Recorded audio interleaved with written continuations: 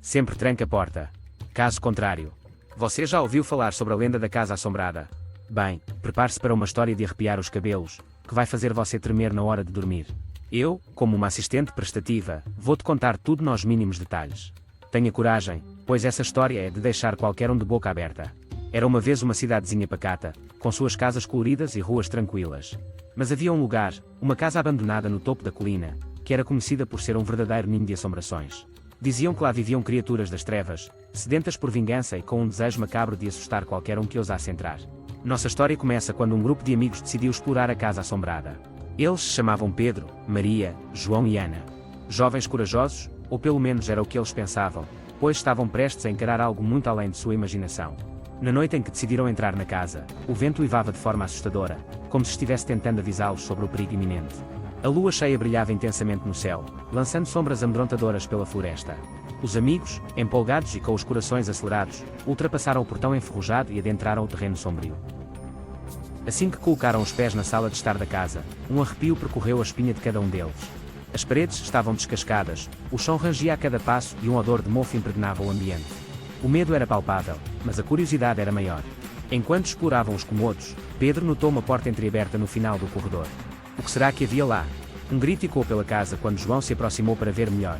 Sua reação foi instantânea. Ele correu para longe, tropeçando nos móveis antigos, enquanto uma risada diabólica enchia o local.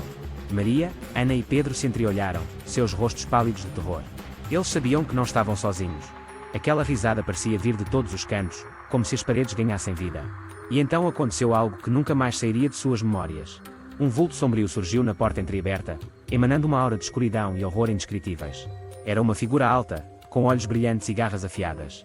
O ar parecia rarear, como se todas as energias positivas fossem sugadas pelo ser maligno que ali estava.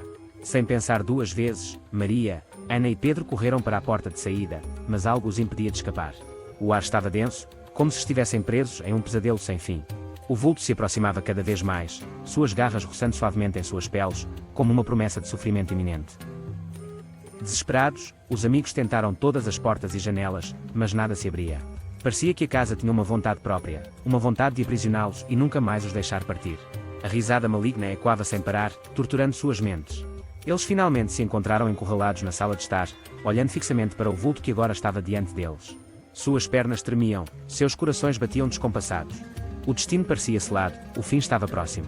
Mas, de repente, um lampejo de coragem surgiu em Pedro. Ele se aproximou do vulto, encarando nos olhos, e disse com uma voz trêmula: "Quem é você? Porque está nos aterrorizando."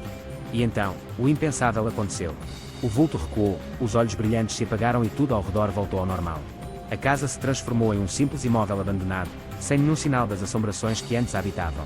Foi somente naquele momento que os amigos perceberam que o verdadeiro terror vinha de dentro deles mesmos.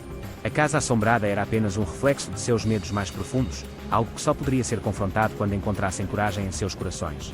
E assim, Pedro, Maria, João e Ana saíram daquela casa assustadora com lágrimas nos olhos e uma lição para a vida toda. O verdadeiro terror está na mente de cada um, e enfrentá-lo é o único caminho para a libertação.